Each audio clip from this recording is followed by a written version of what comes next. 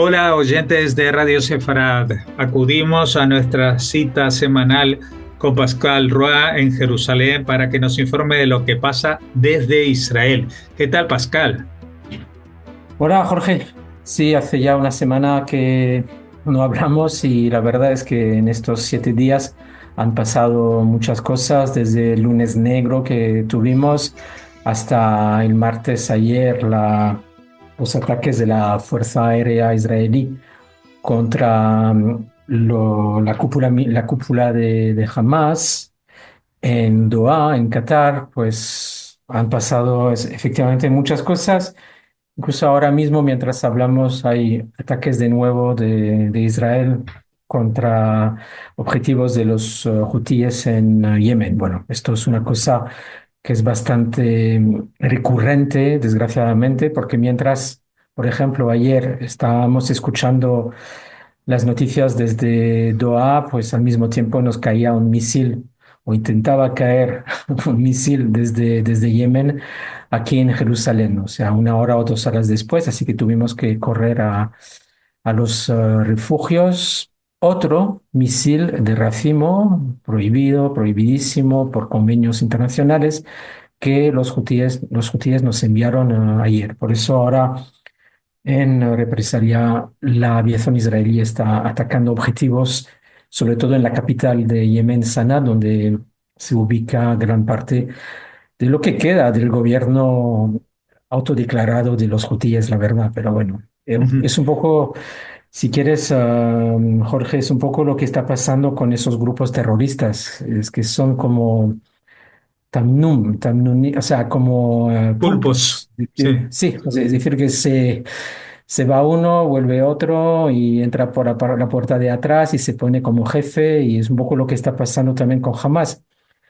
O sea, Mm. ayer, mientras estábamos expectantes ante los posibles resultados del ataque, yo mismo pensaba, bueno, pero estos luego van a encontrar a otros y esto va a ser una historia que nunca terminará. Pero aún así, hoy miércoles no sabemos qué frutos han dado estos ataques. Fueron ataques muy, muy, muy, muy quirúrgicos, muy determinados, con información de inteligencia muy precisa, pero aún así hay un cierto pesimismo, aunque ah, no hay aclaración oficial por parte de las autoridades israelíes. Hay cierto pesimismo sobre si realmente la cúpula de Hamas haya sido alcanzada. Hablamos sobre todo de Jared Marshall y de Khalil al-Hayya, que son los dos líderes ahora de Hamas en el extranjero, en sus hoteles de lujo de Doha. Realmente no tenemos ninguna confirmación. Esto queda por ver. ¿Qué ha pasado? Pues seguramente lo que se vaticina es que Israel, como no lo podía hacer de otra forma, como no podía embargarse, como no podía adentrarse en un país soberano como Qatar, pues no podía hacer otra cosa que avisar a Estados Unidos, seguramente que ya tenía más o menos la luz verde, pero al mismo tiempo tampoco Estados Unidos podía dejar a los cataríes sin saber, es decir, que de alguna forma se avisó a los líderes de Qatar y quizás de alguna forma también ellos avisaron a la cúpula de Hamas en el lugar donde estén. Es una posibilidad, pero de momento realmente no sabemos si ese ataque ha dado esos frutos prácticos, pero sí de forma simbólica podemos decir que una consecuencia es que Israel quiso cambiar las reglas del juego. Es decir, aquí en Oriente Medio estábamos acostumbrados nosotros, sobre todo nosotros los europeos, que tenemos una mente más cartesiana, más de distinguir entre el bien y el mal. La verdad es que en el mundo árabe, sin generalizar, hay una cierta tendencia a la doble cara. Es así, Israel tiene que contar con esto, y personalmente creo que Qatar personifica esa doble cara, es decir, de estar en los dos campos, es decir. por una parte, queremos ser mediadores y queremos ayudar en buscar una solución para la liberación de los rehenes, pero al mismo tiempo albergamos a los que perpetraron, a los responsables de Hamas que perpetraron el 7 de octubre. Es decir, que al fin y al cabo, en algún momento, Israel tiene que tomar una postura y decir, bueno, de Qatar hemos oído bastante, nosotros vamos a ir contra toda la cúpula de Hamas, incluso ellos los que están en el extranjero. No es la primera vez que lo dijeron. De hecho, desde el 7 de octubre sabemos que los días de los líderes de Hamas, estén donde estén, estaban contados. Nos acordamos de Sinwar, nos acordamos de muchos líderes también. Y bueno, ellos estaban en Qatar tranquilamente pensando que podían pasar días felices en los hoteles de lujo de Qatar, pero así ha decidido cambiar Israel las reglas del juego. Así que bueno, de momento, hasta que tengamos confirmación, no podemos decir si los líderes de Hamas en el extranjero, es decir, en Qatar, han sido alcanzados. Ujú. Bueno, sí se han dado a conocer, pero claro, estas son noticias que ha dado Qatar, ¿no? Sobre que han muerto 5, pero que entre ellos no estaría ni Khaled Mashal ni el que Khalil tuvo, al-Yaken, claro, sí. que son prácticamente los más importantes en el tema de la negociación, porque todo esto era coincidente con que Estados Unidos había notificado de que, bueno, estaban en vías de una negociación final con Hamas y la verdad que todo es muy extraño ahí. Uno no sabe en qué información basarse, ¿no?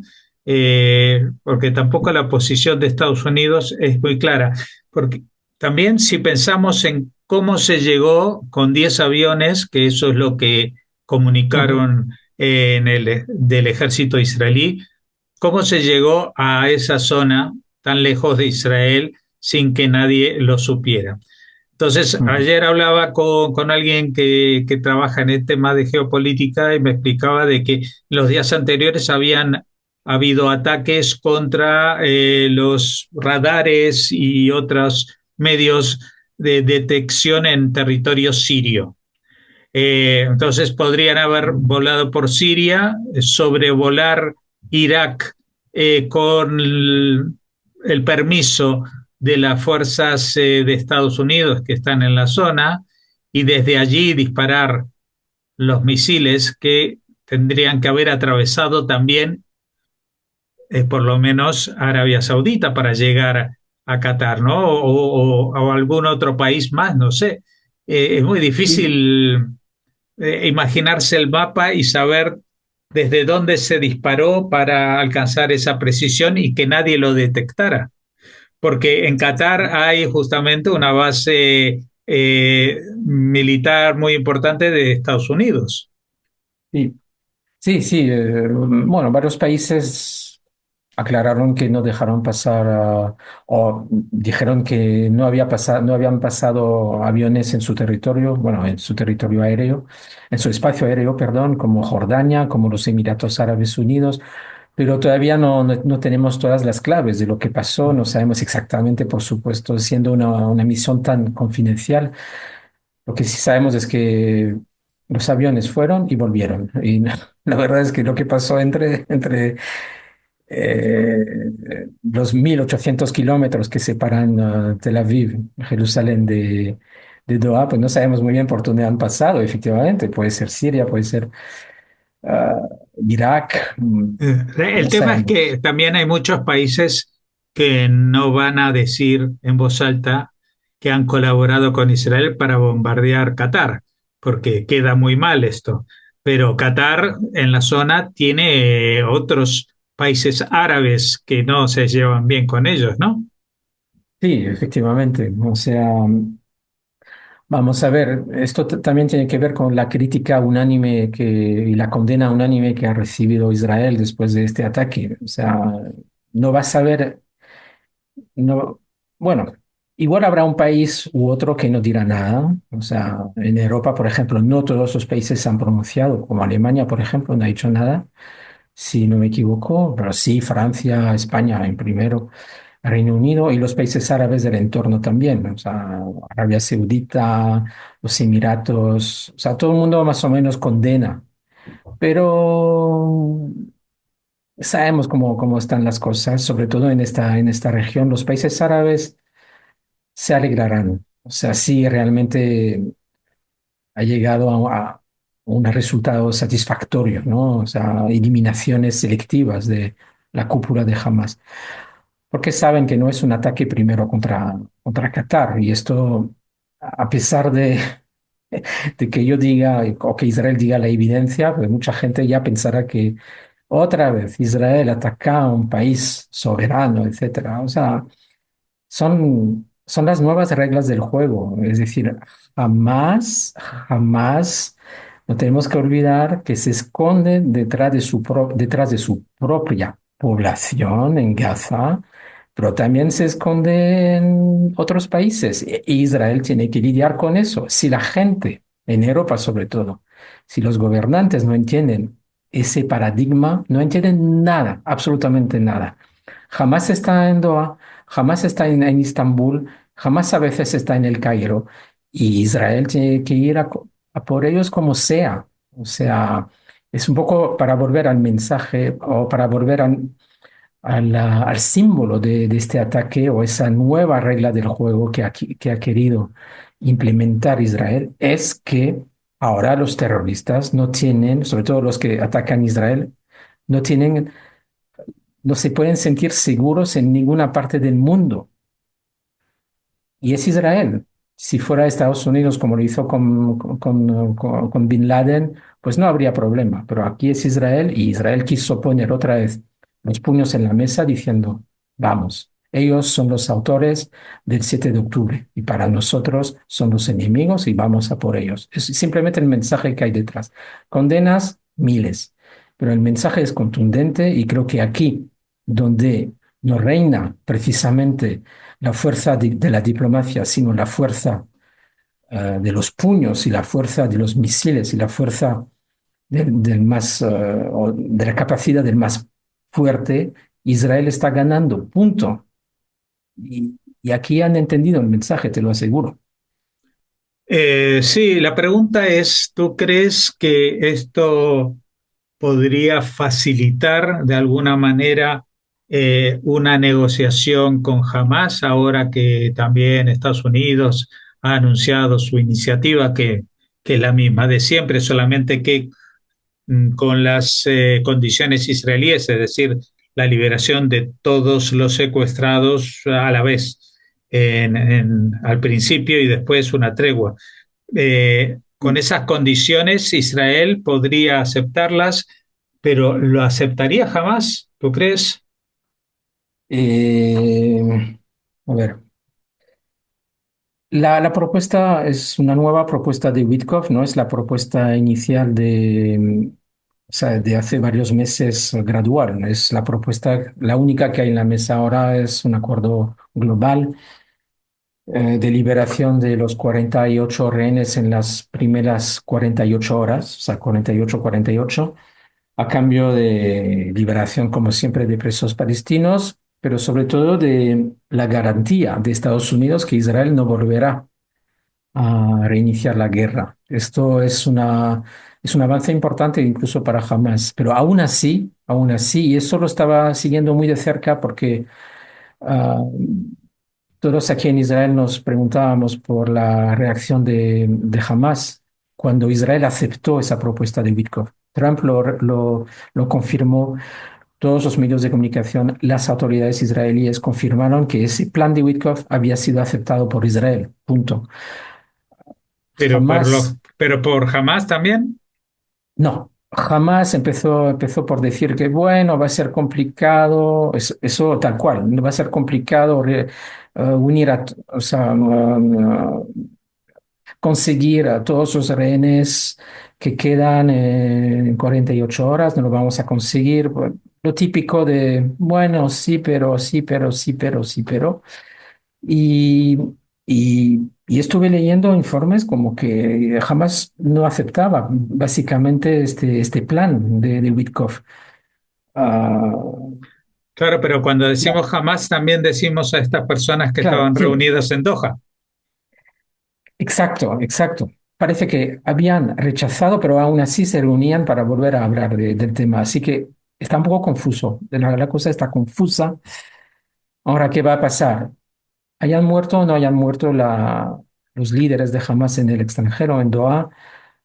La única opción que tiene Israel es seguir con la operación en la ciudad de Gaza. Es decir, ha sido así, ha sido su política en las últimas semanas y así sigue. Los reservistas que han sido llamados a filas ya están en sus pelotones, están ya en las afueras de la ciudad de Gaza. Hemos sabido el lunes de la muerte de 4 de ellos en una emboscada, que es un poco el modus operandi ya de Hamas, de emboscar a los soldados de Tzahal. Pero bueno, ya han entrado, ya ha sido tomada gran parte de la ciudad, pero así siguen las órdenes de evacuación.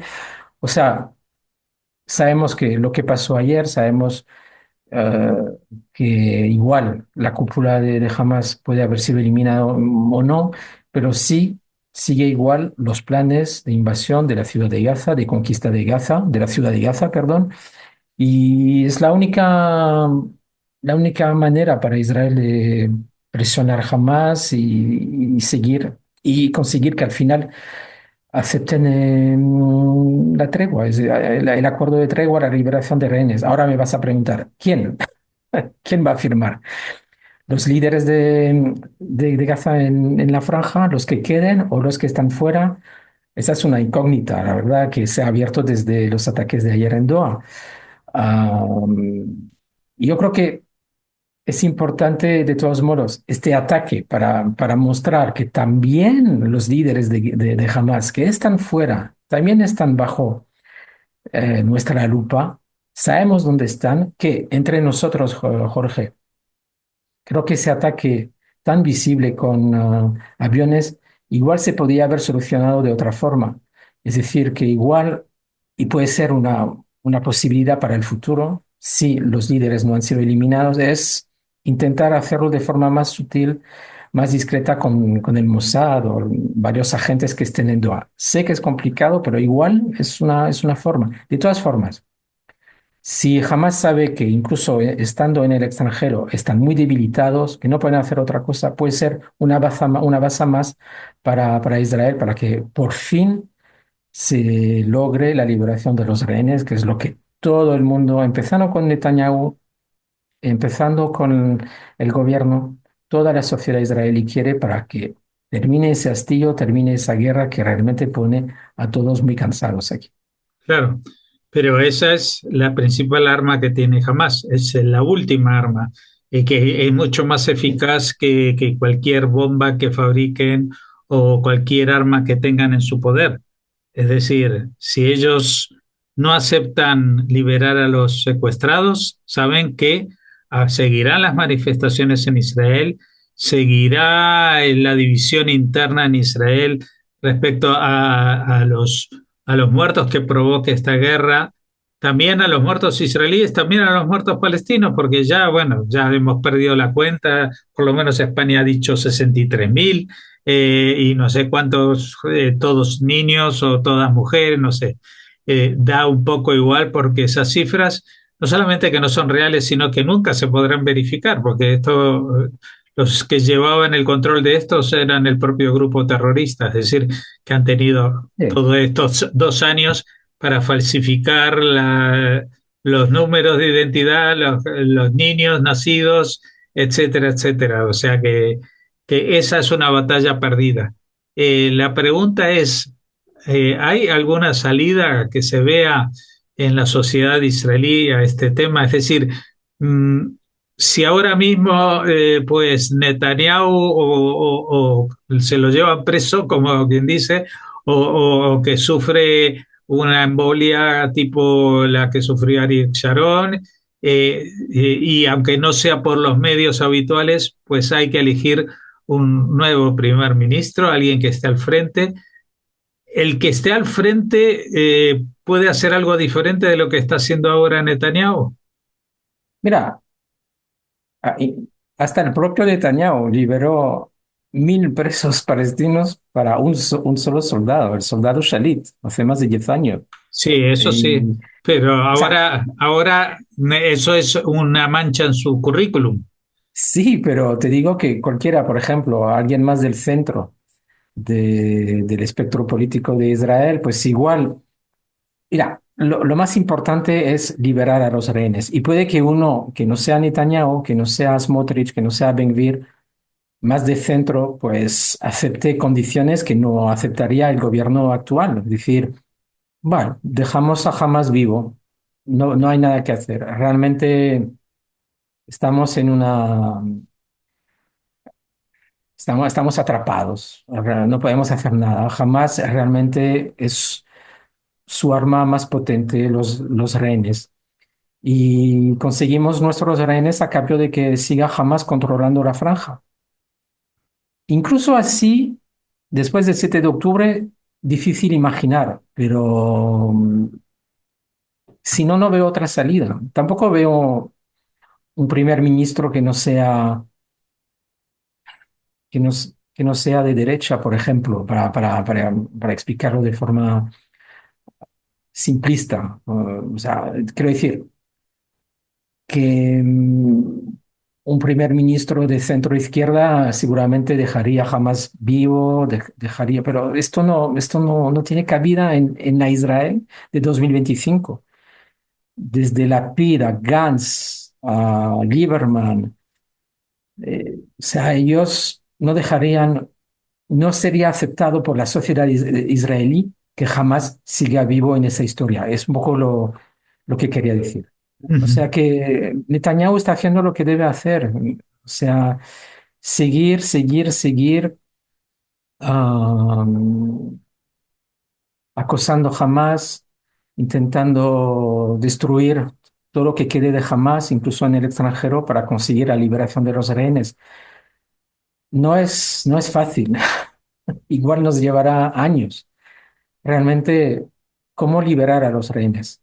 La cuestión es que aquí nunca se dejará a los rehenes, incluso a los sin vida, de atrás. O sea, ¿cómo lo conseguimos?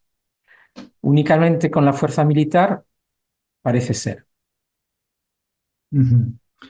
Bueno, y en otro plano, que es el plano diplomático, lo que sea, también tenemos, me gustaría que hablemos un poquito de España en este tema, porque justamente un par de horas o una hora antes de que muriera un chico español en Jerusalén por un ataque terrorista, Jacob Pinto, de Melilla, eh, que tiene conmocionada a la comunidad judía aquí en España. Pues un par de horas antes, pues salía el presidente español explicando los puntos que iban a bloquear a Israel, bueno, un montón de palabras un poco huecas, porque el otro día alguien me informaba que desde el inicio de la guerra, cuando ya dijo que iba a haber un embargo a las armas de Israel en España, a la compra de armas a Israel, pues se han gastado 53 millones de dólares españoles para comprar armas a Israel, cuando ya las habían boicoteado o bloqueado cualquier posibilidad de hacer negocios en ese tema, etcétera, etcétera. Es decir, que son palabras bastante huecas las que suenan en el gobierno, pero quisiera que me comentes cómo ve la sociedad israelí la situación en España. Con esperpento y sin mucha preocupación tampoco. Es decir, que España para Israel no cuenta. Realmente aquí en Israel miramos mucho lo que pasa en Estados Unidos, por supuesto. En Estados Unidos es casi el único aliado con Alemania que le queda en el mundo. Y en Europa miramos mucho a Alemania, Francia y Reino Unido. España realmente no cuenta. Incluso vas por la calle y preguntas, ¿y sabéis que ya no hay embajador de Israel o embajadora de Israel en España? La gente no sabe. Tampoco sabe que la propia española ha sido llamada a consultas. No se comenta mucho en los medios de comunicación.